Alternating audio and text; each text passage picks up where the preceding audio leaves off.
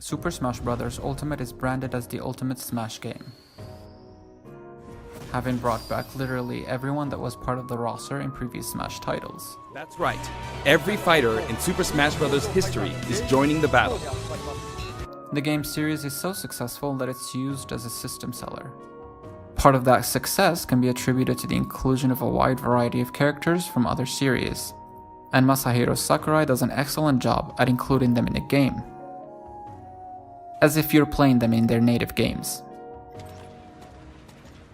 Some of the characters might be even regarded as ill-fitting for the colorful fighting game, like for example Snake. But Sakurai seamlessly includes them to be part of the game while still being true to themselves and their respective game.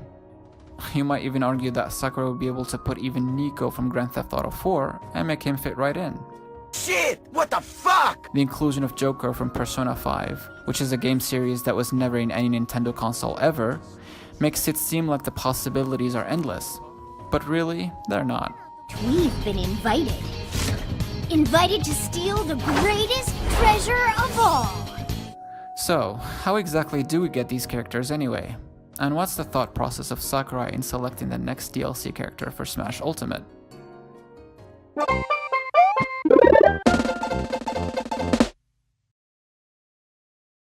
Before we start, we really need to stop it with stuff like Shantae and such. Yeah, that stuff is never gonna happen. You'll know why by the end of the video. The sheer diversity in the new characters that are introduced to Smash, from the Metal Gear Solid series, to Pokemon, to even Castlevania, might make you think that the selection of the DLC characters is a spontaneous decision, the result of which makes fans beg for characters that would never have the potential to get in. So, I thought it would be a good idea to lay out how Sakurai might go about in selecting characters to add to the game. This way we could actually pick our favorite characters that, you know, might actually have a chance in getting in. You have to realize that the diversity in cast does not reflect a spontaneity, but rather a precision in the selection of the DLC characters. In other words, each character is precisely handpicked based on a wide array of prerequisites that are essential in determining whether it has a chance in getting into Smash as a DLC or not. Let's take a look at some actual previous newcomer characters and make remarks about how and why they got in. Sonic. This one took me by surprise when Sonic was first revealed for Brawl. I played Sonic games a great deal in my childhood, and even lived through the Sega-Nintendo company war. What NINTENDO'T? Buy a Sega Genesis now, actually. Having both Mario and Sonic in a single game was thought to be an impossibility for everyone at the time. In Brawl, that company rivalry was finally manifested as Mario and Sonic battling in Smash Bros. You could finally, officially, put the Mario and Sonic CPUs against each other and get to see who wins. This is of course a great step for both companies. Sega gets to have great advertisement for their mascot in his games, and Nintendo gets to assimilate a large portion of Sonic's fan base as new Smash players.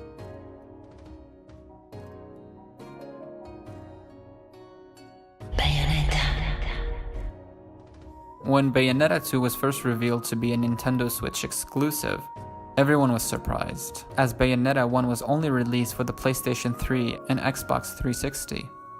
Current-gen consoles are always in a fight to get the most exclusives in order to be more appealing to customers.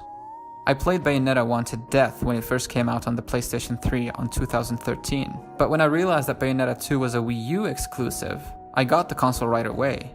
The same thing applies to the Switch exclusive Bayonetta 3. This is pretty obvious, but we buy consoles to play games, and the more exclusives a console has, the more appealing it is in the market. Nintendo itself does not have a shortage of these, but adding more would definitely benefit the company as well as the customer. Isabelle. Isabelle is part of Animal Crossing, which is a Nintendo IP. Of course they would add such a character in Smash. The advertisement for Animal Crossing, another Nintendo series, is a smart and cost-effective way to advertise Animal Crossing to a wider audience that might not have known or even been interested in the series. In a way, Nintendo is distributing its Smash fanbase to a wider array of their own IPs, meaning more fans for different games and more financial gains out of it. The same can be said about the reveal of Fire Emblem's Corrin and Pokémon's Incineroar, which was revealed on November 1st, 2018. Pokémon Let's Go Pikachu and Let's Go Eevee were released on November 16, 2018. Do you see a pattern there? Joker.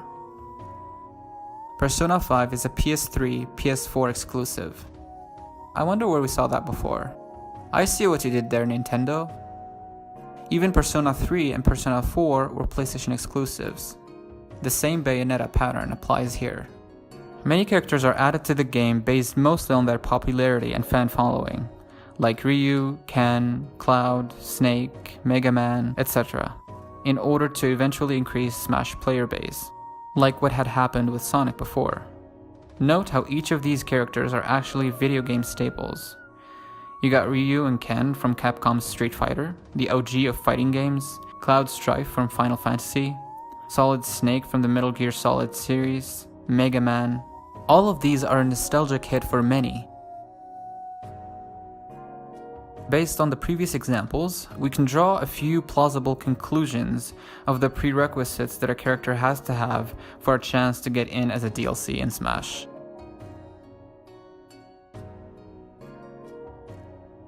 In order for Nintendo to have an incentive to add a character to Smash Ultimate, that character has to have a big fan following, and therefore worth including in the game. That also means that the character would play well in the hype culture that Nintendo is known for.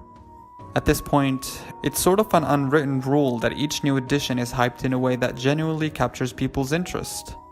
Supplying an endless stream of reveal reaction videos are just a joy to watch.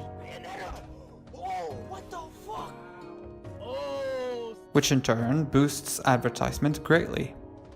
The DLC character introduction has to be an effective marketing strategy, as a way to increase the Smash Ultimate fan base and sell new units.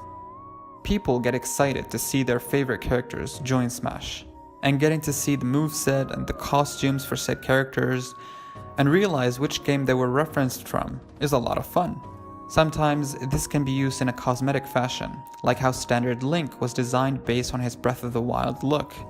I would have loved to see Zelda's design from Breath of the Wild as well, but they said she was more research oriented in that game while still being able to seal Ganon for 100 years? I don't know, maybe she sealed him with research books or something, who knows.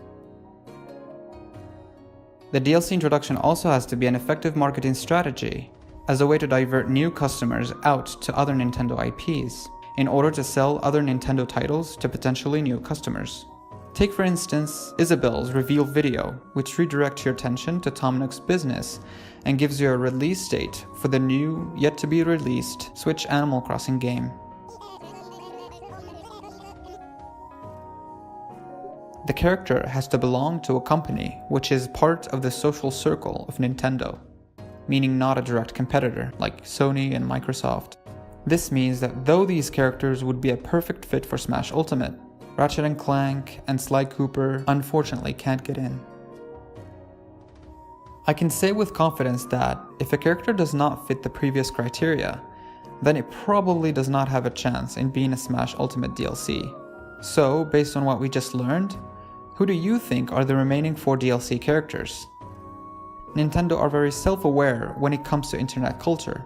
It's funny how King K. Rool's reveal video broke the fourth wall on how badly fans wanted the character. You see King DDD pranking Diddy and Donkey Kong, which almost equates to Nintendo pranking fans that Rool would never get in. But people wanted K. Rool for so long, and they eventually got him. The same thing goes for Ridley. So there might be a chance that, a certain character might get in too. Personally, I have a very strong feeling that Sora from Kingdom Hearts could be included in Smash. He fits all the criteria we just mentioned, and Nintendo would have a very strong incentive to add him based on his popularity and the amount of new potential Smash players he can generate. Kingdom Hearts 3 has been released only very recently, and the game has sold over 5 million copies already. Given this window of opportunity, Nintendo should be smart enough to tease Sora soon, if he is planned to be released, that is. After all, the video game industry is still a business, and Nintendo rightfully expects some monetary gain out of adding anything to the game. Well, I hope you guys enjoyed the video. I love creating videos like these, so if you enjoyed, make sure to like as well as smash that subscribe button.